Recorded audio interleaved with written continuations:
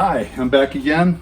I've got this generator that I just put together, a WEN 4750W dual fuel generator. And what I wanted to do was show you what else I did to this. I added a charger to it, and you can see it plugged here in the wall. And it's an automatic charger, and I've got it set on trickle for this 12 volt, 7 amp, 10-hour battery. I believe that's an AGM battery. It's easy enough. The kit comes with, actually comes with some alligator clips too, but you can unplug it here for when you want to use it. And to finish this up, I have to, I'm going to add some zip ties to hold the cord down up here so that it's easy to plug in and take apart for when it's ready to be used.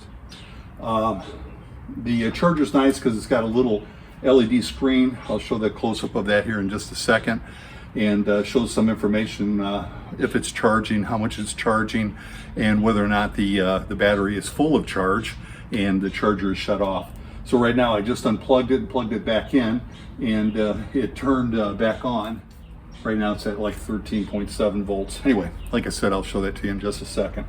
So to get this one, in this particular model, to get the battery disconnected or connected, when you're assembling this, you want to connect the battery up with the wheel out of the way. And it's got a little clip here.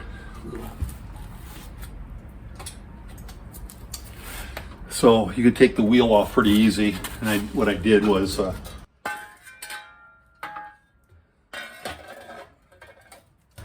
just wedged a shovel underneath there so I can take the wheel off. Whoop.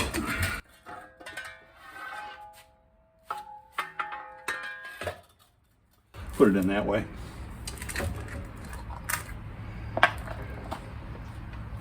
So it gives you better access to the little bolt and nut on each of these terminals. When disconnecting the battery, always disconnect the negative first and then disconnect the positive. And when you put it back together, do it in reverse. Connect up the positive first and then connect up the negative. I think I got that right. Okay, so let me try and finish this up. Got a couple of zip ties here.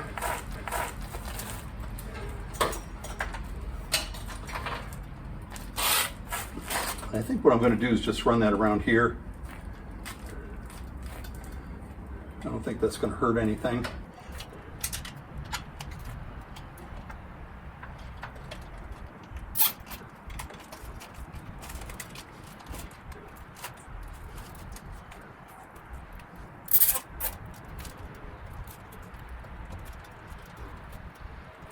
And I'll snip those off. And so now, this is easy enough to unplug and plug in there.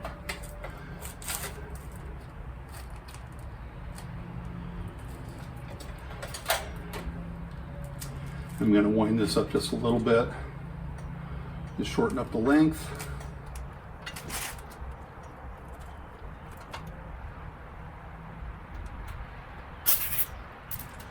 There we go, all set to go. So this is a trickle charger or a maintenance charger, and that's what I wanted to put. I have one on my generator, and we've got one on this generator, because if you don't use your generator very often, then the battery will slowly trickle down. The generator is going to be harder to start. So this just keeps it charged up, and when it's charged up, it will indicate that it's full, and it'll turn off. And then it'll automatically turn on if your battery discharges. So here's the charger. I leave it on trickle. You can change the mode by hitting this button. And TKL is trickle.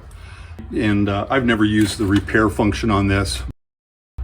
So whenever you walk by it and see it, you just want to make sure that the trickle light is on. So it's in the right mode. And here you can see it's flashing. You can see the battery is going up. And right now it's at 13.7 volts and 0.9 amps. So thanks for watching. Hope you enjoyed it, and give it some thought. Maybe you want to put a charger on your house generator too.